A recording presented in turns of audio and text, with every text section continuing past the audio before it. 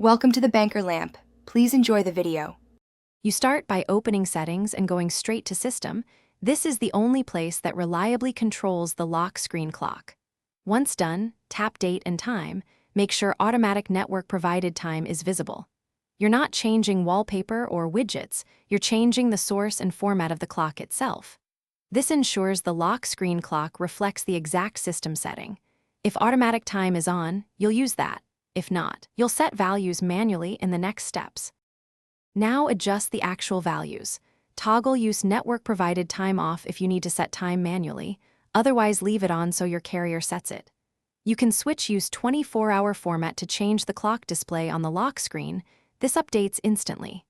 If manual, tap Set Time and enter the accurate hour and minute, then set time zone to the correct region.